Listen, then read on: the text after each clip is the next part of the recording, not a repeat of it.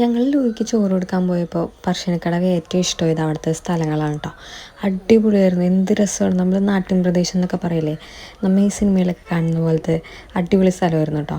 അതുപോലെ തന്നെ അവിടെ അമ്പലത്തിൻ്റെ ചുറ്റുവട്ടമൊക്കെ എല്ലാം ഭയങ്കര ഓപ്പണായിട്ട് കിടന്നിട്ട് നല്ല രസമായിരുന്നു കേട്ടോ. നമുക്കിങ്ങനെ കാണുമ്പോൾ തന്നെ ഭയങ്കര ലൈറ്റും ഇങ്ങനെ ഇടുങ്ങിയതല്ലാതെ ഭയങ്കര ലൈറ്റും നല്ല ഒരു അന്തരീക്ഷം കേട്ടോ. അടിപൊളിയാണ്. പ്രത്യേകിച്ച് പുഴയുടെയൊക്കെ സൈഡായതുകൊണ്ട് തന്നെ നല്ല രസമായിരുന്നു. പിന്നെ കുറേ നായകളുണ്ടായിരുന്നു കേട്ടോ. അവിടെ മുത്തപ്പൻ്റെ വാഹനം എന്നാണ് നായനെ പറയുന്നത്. അങ്ങനെയാണ് എൻ്റെ അറിവ്, കറക്റ്റ് അല്ലെങ്കിൽ ക്ഷമിക്കും കേട്ടോ. അപ്പം അവിടെ നിറയെ ഉണ്ടായിരുന്നു കേട്ടോ. കുറേ എണ്ണം അങ്ങോട്ടും ഇങ്ങോട്ടൊക്കെ ഓടി കിടക്കുന്നുണ്ട്. പിന്നെ കുഞ്ഞുണ്ട്. ലൂയി ഇവരൊക്കെ കണ്ടിട്ട് ലൂയി പരക്കം പായായിരുന്നു കേട്ടോ കിടന്നിട്ട്. അവന് ഭയങ്കര ഇഷ്ടമാണ്. നമ്മുടെ വീട്ടിൽ 2 നായ്ക്കുട്ടികളുണ്ട്. അപ്പോൾ അതുകൊണ്ട് തന്നെ ലൂയിക്ക് പേടിയില്ല കേട്ടോ. അപ്പോൾ ആരൊക്കെ ഏത് നായയെ കണ്ടാലും ലൂയി കയറി പിടിക്കാൻ നോക്കും കേട്ടോ.